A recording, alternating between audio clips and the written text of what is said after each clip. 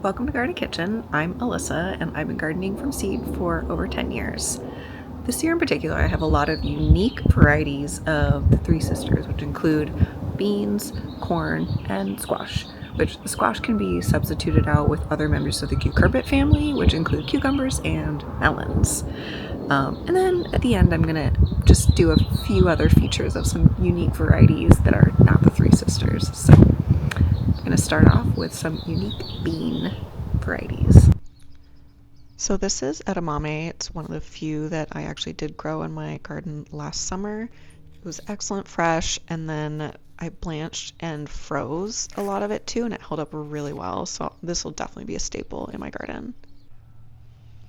Garbanzo beans are new for me. I'm having a lot of fun growing more protein-centric plants, I guess. So I'm really excited to see how this one turns out. I just think the foliage is so cute as well. This red silk bean. So the last two are bush beans. This is a vining bean, so I've got it next to the trellis here. These all grow to dry, but I just couldn't resist this beautiful bean. So pretty. I've definitely seen other gardeners grow these long beans, so I definitely want to give it a try as well. Look how cool. I'm excited to be trying these for the first time.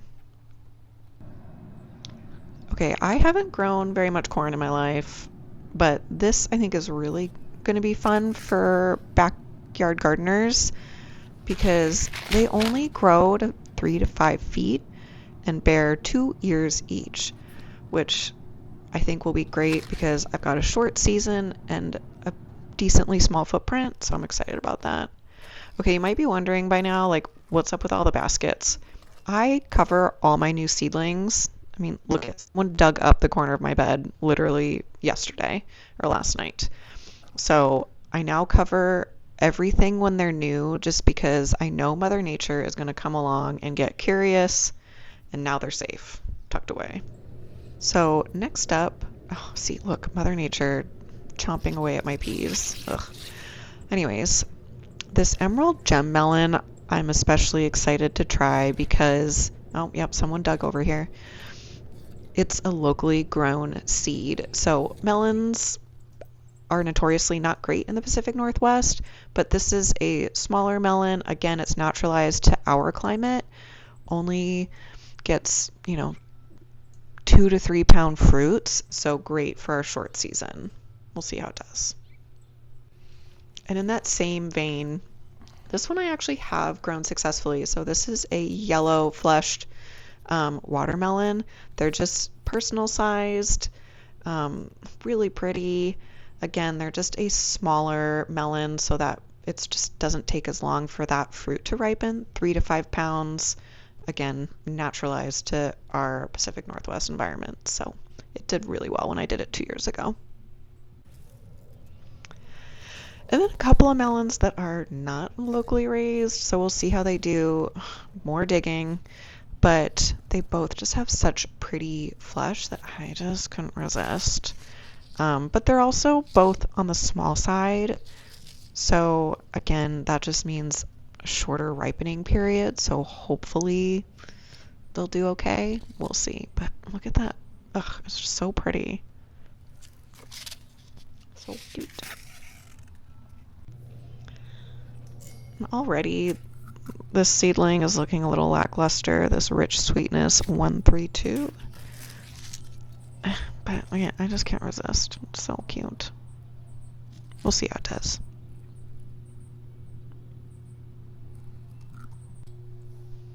Alright, on to some squash. I grew this last year, but I planted it super late, so I only got a couple fruit off of it.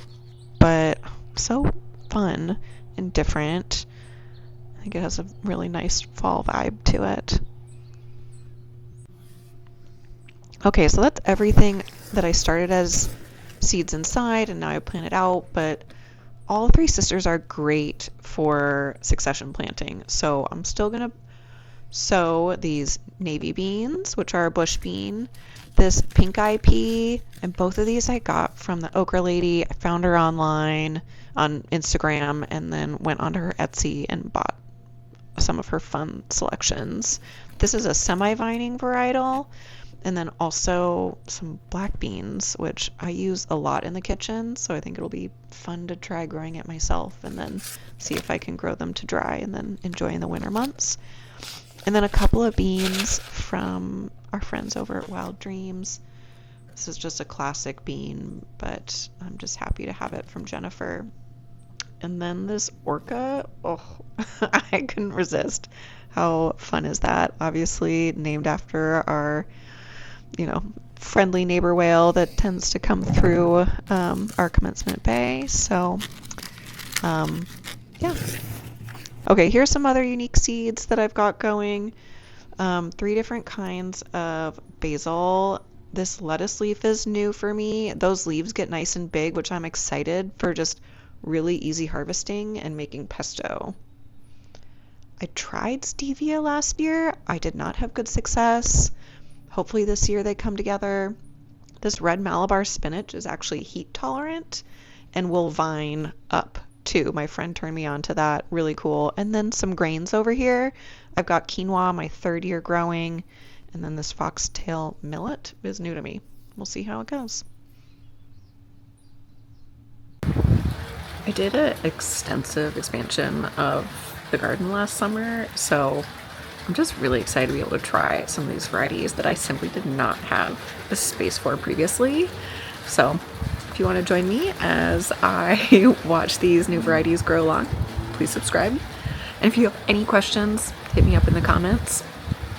Happy growing!